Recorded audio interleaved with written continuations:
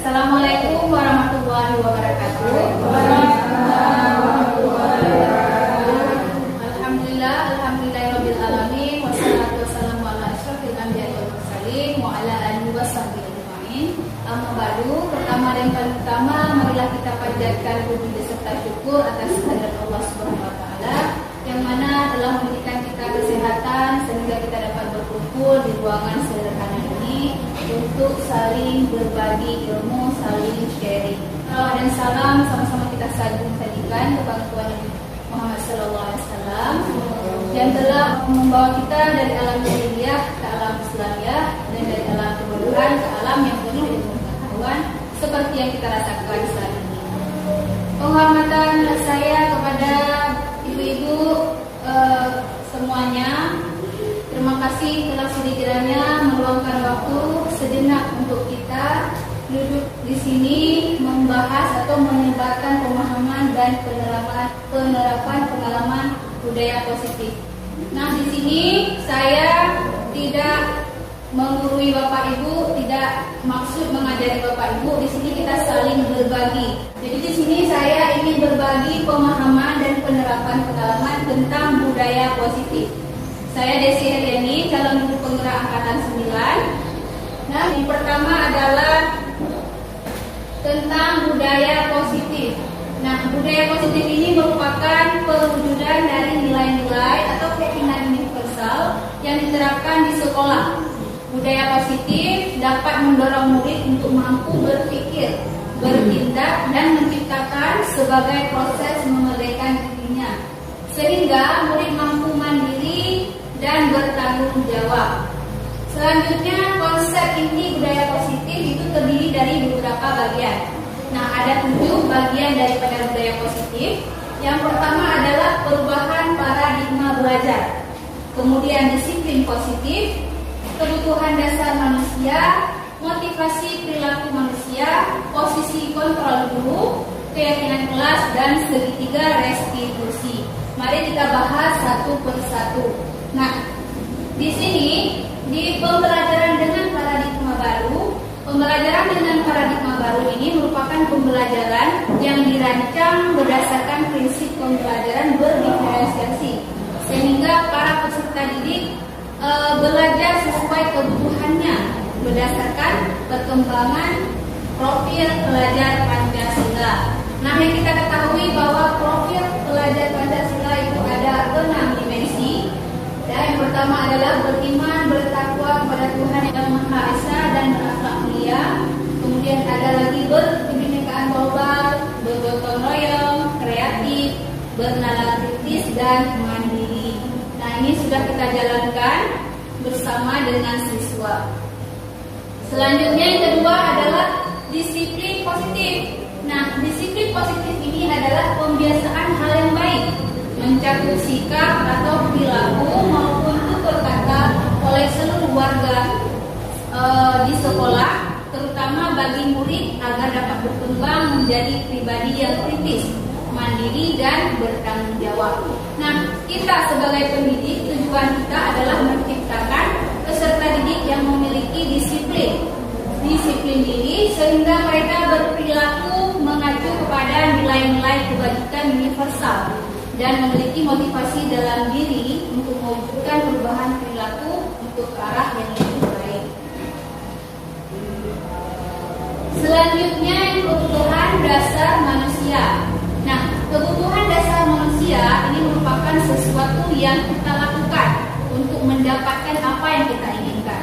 Seluruh tindakan yang kita lakukan memiliki tujuan. Semua usaha terbaik yang kita lakukan agar kebutuhan dasar kita terpenuhi dengan baik. Selanjutnya adalah kebutuhan dasar manusia. Nah, di kebutuhan dasar manusia ini ada 5 proses, ada 5 tahap. Yang pertama adalah bertahan hidup. Nah, apa saja bertahan hidup?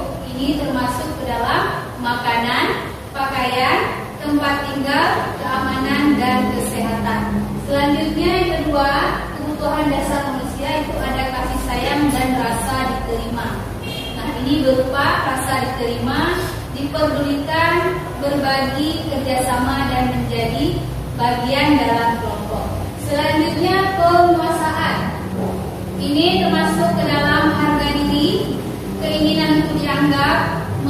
disiplin, berprestasi, diakui dan didengar. Selanjutnya kebebasan. Nah, ini ada mandiri, memiliki pilihan, mencoba hal baru dan mampu mengendalikan arah dirinya. Dan yang terakhir kesenangan, ini yaitu bermain, humor, antusias dan tertawa. Selanjutnya adalah kebutuhan dasar manusia. Nah, di sini Bapak Ibu ada 3 kebutuhan dasar manusia yang perlu kita ketahui. Yang pertama ada hukuman, kemudian konsekuensi, dan yang ketiga restitusi. Nah, apa perbedaannya? Kita harus ketahui bahwa ketiga kebutuhan dasar ini berbeda. Yang pertama adalah hukuman. Ini tidak terencana atau tiba-tiba. Kemudian yang kedua, murid tidak tahu apa yang akan terjadi. Selanjutnya bersifat satu arah dari kita saja, dari kita sebagai guru hanya satu arah. Selanjutnya berupa hukuman fisik ataupun psikis. Nah, kemudian kedua konsekuensi, ini terencana atau disepakati sesuai peraturan. Kemudian kedua, murid tetap dibuat tidak nyaman. Dan yang ketiga, sikap guru selalu memonitor murid. Nah, ini adalah konsekuensi. Selanjutnya restitusi. Nah, restitusi adalah proses menciptakan kondisi bagi murid untuk memperbaiki kesalahan. Kemudian restitusi, proses kolaboratif yang mengajarkan murid untuk mencari solusinya sendiri. Jadi dari ketiga kebutuhan dasar manusia ini, kita sebagai guru kita lebih baik menggunakan yang restitusi karena ini bernilai positif bagi siswa. Selanjutnya posisi kontrol guru. Ada 5 posisi kontrol guru yang perlu kita ketahui. Nah, yang pertama adalah penghukum. Jadi kita biasanya sebagai guru kita menjadi penghukum tanpa kita sadari. Ya. Yang kedua, pembuat merasa bersalah. Yang ketiga, sebagai posisi kontrol guru sebagai teman. Yang keempat, pemantau. Dan yang kelima adalah manajer. Nah, kita akan bahas satu persatu bagaimana maksud dan contohnya. Nah, ini ada satu kasus ataupun contoh yang terjadi di sekolah. Jadi perlu Bapak mengetahui apa perbedaannya. Mari kita lihat contoh dan hasil terhadap siswa bagaimana. Ya, sebab dan akibat kepada siswa bagaimana. Nah, kasusnya ini Adi yang terlambat hadir ke sekolah. Nah, biasa ini terjadi di sekolah kita ya. Posisi kontrol kita sebagai penghukum biasanya nada suara tinggi. Nah, ciri-cirinya. Kemudian bahasa tubuh, mata yang melotot dan jari menunjuk-nunjuk atau menghardik. Ya. Bagaimana contohnya? Kata-kata yang biasa kita keluarkan. Terlambat lagi, pasti terlambat lagi. Selalu datang terlambat. Kapan kamu bisa datang tepat waktu, Andi? Misalnya seperti itu. Nah, ini sekarang kita tanyakan kepada diri kita sendiri, bagaimana perasaan murid bila kita berbicara seperti itu. Nah, hasilnya kemungkinan murid akan marah dan mendendam atau bersifat agresif. Bisa jadi sesudah kembali duduk, murid tersebut mencoret-coret bukunya atau meja tulisnya. Nah, lebih buruk lagi, sepulang sekolah murid melihat motor atau mobil Bapak Ibu, dia akan menggores dengan paku karena dendamnya, karena marahnya terhadap kita. Karena kita menggunakan posisi sebagai penghukum. Sebenarnya ini salah, ya. Sebenarnya ini kita tidak bisa melakukannya, ya. Kemudian yang kedua, nah contoh posisi kontrol guru sebagai pembuat merasa bersalah. Nah di sini nada suaranya memelas atau halus, bahkan sedih. Kemudian bahasa tubuh merapat pada anak atau lesu. Nah, bagaimana kalimat yang kita gunakan? Adik, kamu ini bagaimana ya? Kamu sudah berjanji dengan ibu tidak akan terlambat lagi. Kamu kenapa senang sekali mengecewakan ibu? Ibu benar-benar kecewa sekali. Nah, jika kita menggunakan kalimat seperti ini, bagaimana perasaan murid ketika ditegur? Nah, hasilnya murid akan merasa bersalah. Bersalah telah mengecewakan ibu bapak guru. Kemudian murid akan merasa menjadi orang yang gagal dan tidak sanggup membahagiakan orang lain. Kadang-kala sikap seperti ini lebih berbahaya daripada penghukum, karena emosi akan tertanam rapat di dalam diri. Biasa murid yang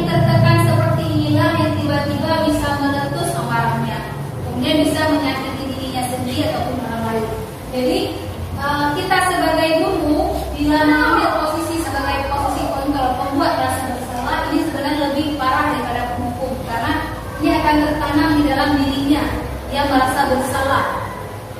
Selanjutnya posisi kontrol guru sebagai teman. Nah, bagaimana kita memposisikan sebagai teman? Nah, biasanya ada suaranya ramah, akrab dan bercanda. Kemudian bahasa tubuh merapat pada murid, mata dan senyum jenaka. Nah, kalimatnya seperti ini. Adik, ayolah, bagaimana sih kamu? Kemarin kamu sudah janji ke bapak atau ibu. Kenapa sekarang terlambat lagi? Ya sudah, tidak apa-apa, dan duduk di sana, nanti ibu bantu kamu. Nah, ini sebagai teman.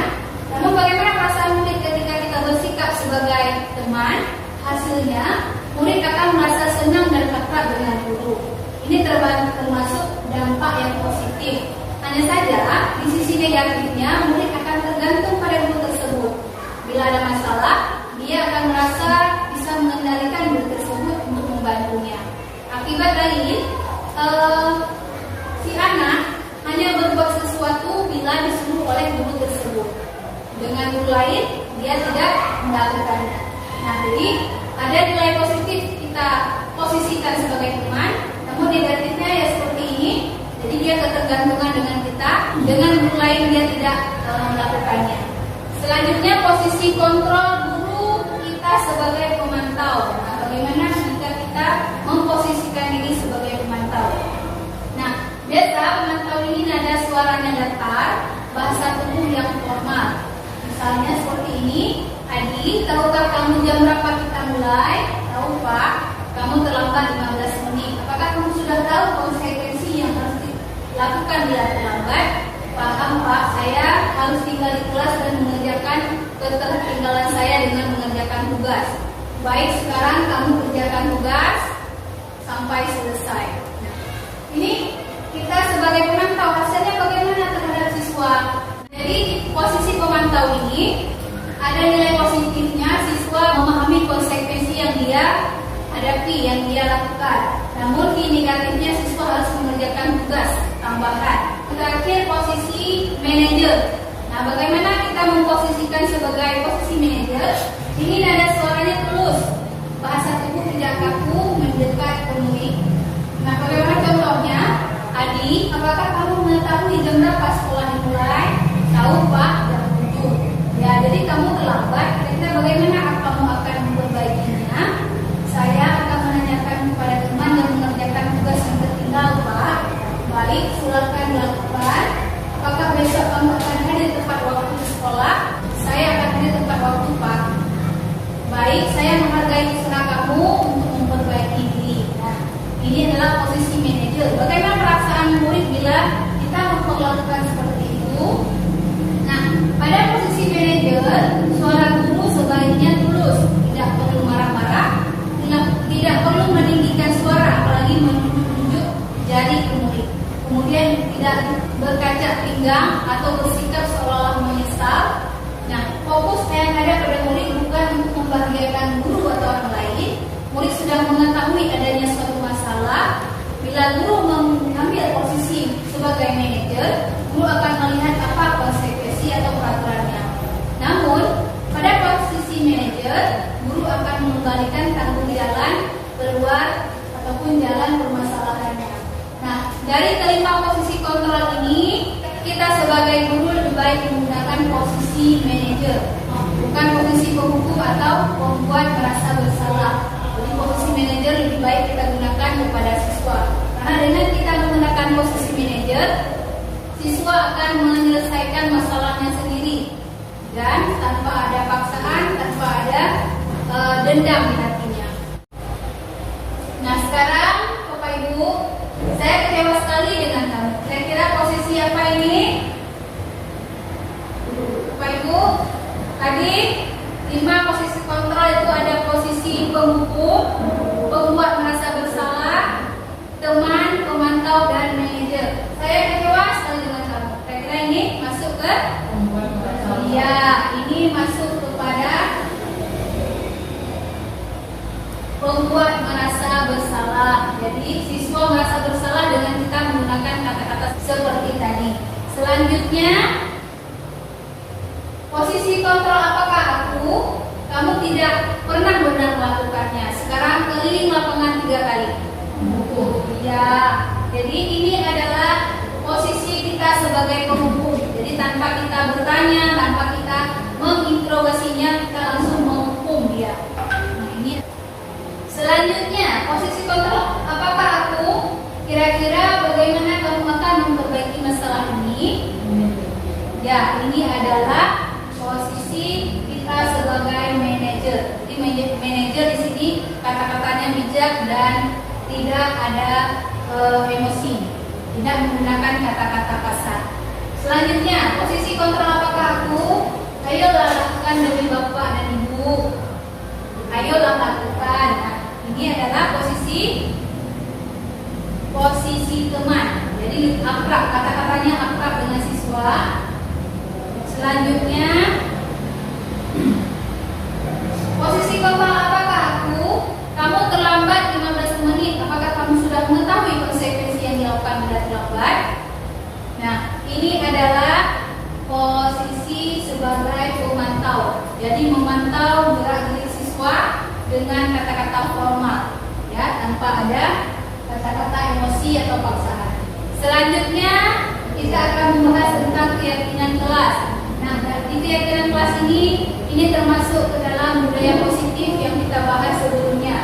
Jadi keyakinan kelas ini merupakan kesepakatan kelas yang diyakini bersama guru dan murid dengan harapan dapat menimbulkan kedisiplinan murid.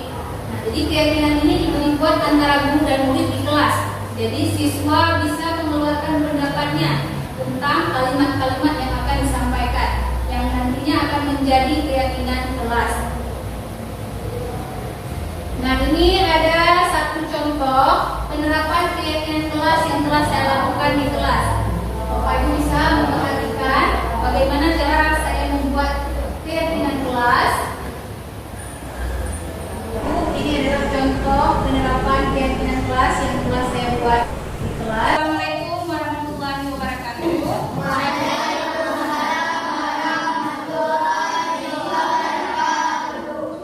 Selamat pagi siswa-siswi sekalian. Selamat pagi. Apa kabarnya hari ini? Nah, siswa-siswi sekalian, hari ini kita akan belajar tentang keyakinan kelas. Apa itu keyakinan kelas? Sebelum Ibu jelaskan, ada yang tahu nggak apa keyakinan kelas? Nah, ketika kita membuat penerapan keyakinan kelas, kita menyampaikan konsep terlebih dahulu kepada siswa-siswi sekalian. Jadi supaya mereka tahu apa itu keyakinan kelas. Keyakinan kelas ini adalah sesuatu yang kalian yakini. Keyakinan kelas hampir sama dengan peraturan atau tata tertib yang ada di sekolah. Cuma keyakinan kelas ini lebih rinci. Jadi keyakinan ini dibuat di dalam kelas antara guru dan siswa. Nah, apa contoh daripada keyakinan kelas? Contoh daripada keyakinan kelas itu seperti masuk ke kelas tepat waktu. Nah, kita meyakini kita masuk kelas tepat waktu. Contoh lain apa? Saling menghargai dan menghormati sesama teman. Kemudian menghormati guru. Selanjutnya apa? Jangan membuang sampah sembarangan. Tidak makan di kelas ketika jam pelajaran berlangsung. Namun keyakinan kelas ini menggunakan kalimat positif. Jangan membuang sampah, kita ganti dengan jagalah kebersihan. Nah, apa tujuannya kita membuat keyakinan kelas? Supaya kalian bisa meyakini, kalian bisa bertanggung jawab atas kalimat-kalimat yang kalian buat. Jadi hari ini kita akan membuat keyakinan kelas. Jadi setiap siswa kalian masing-masing membuat satu kata ataupun satu kalimat. Seperti contoh Ibu bilang tadi. Nah, Ibu punya kertas ini. Nah, Ibu bagikan kepada kalian masing-masing. Nanti kalian tempelkan di sini. Ini Ibu ada membuat sebuah papan keyakinan kelas. Nah, jadi di sini Ibu akan membagikan kertas post-it dibagikan kepada siswa dan siswa menuliskan keyakinan kelas mereka. Setelah itu siswa menempelkan keyakinan kelasnya di papan keyakinan.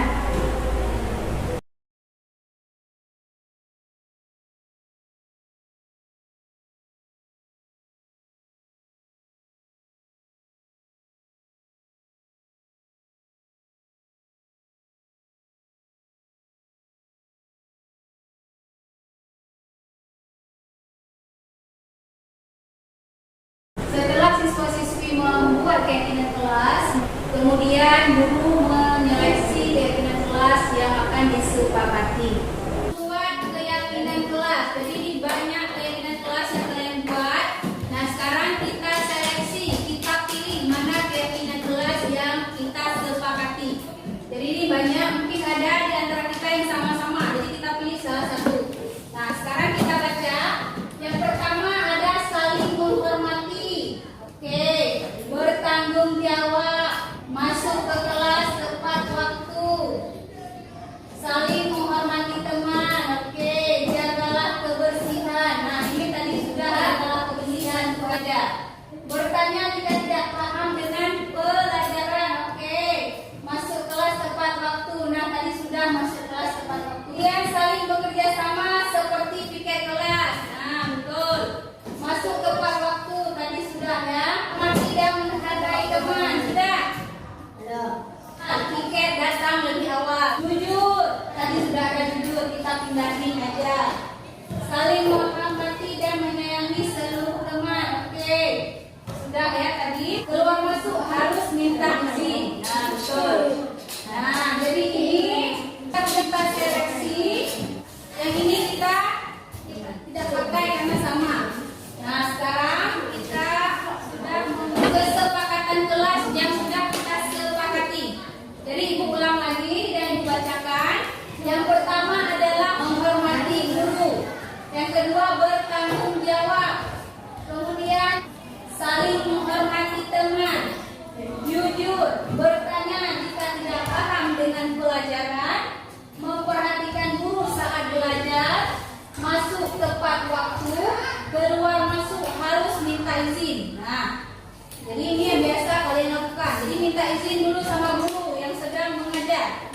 Jangan keluar masuk tanpa izin. Piket datang lebih awal. Saling menghormati dan menyayangi seluruh teman. Oke, ada 13 kesepakatan kelas 72. Kalian harus yakini dalam hati, harus bertanggung jawab akan kalimat yang kalian buat. Jadi seperti inilah contoh keyakinan kelas. Baik, selanjutnya yang terakhir adalah segitiga restitusi. Nah, segitiga restitusi ini adalah sesuatu proses dialog yang dijalankan guru atau orang tua agar dapat menghasilkan murid yang mandiri dan bertanggung jawab. Segitiga restitusi membantu murid memiliki tujuan, disiplin positif, dan memperbaiki dirinya dari berbuat salah. Restitusi bukan untuk menembus kesalahan, namun untuk belajar dari kesalahan. Jadi ada 3 segitiga restitusi tahapannya. Yang pertama adalah menstabilkan identitas, kemudian validasi tindakan yang salah, dan menanyakan keyakinan. Nah selanjutnya kita akan melihat contoh penerapan segitiga restitusi di kelas. Kita membahas satu persatu maksud dari segitiga restitusi. Yang pertama adalah menstabilkan identitas. Nah, biasa kita sebagai guru menggunakan kata-kata seperti ini untuk menstabilkan identitas, yaitu berbuat salah itu manusiawi. Kemudian ada katanya lagi, tidak ada manusia yang sempurna. Kemudian Bapak Ibu juga pernah melakukan kesalahan seperti itu. Kemudian Bapak Ibu tidak tertarik mencari siapa yang salah, tapi Bapak Ibu di sini mencari solusi dari permasalahan ini. Kemudian kata-kata satu lagi, kamu berhak merasa begitu. Nah ini adalah kata-kata untuk menstabilkan identitas. Selanjutnya validasi tindakan yang salah. Biasanya kata-kata yang akan kita gunakan seperti ini.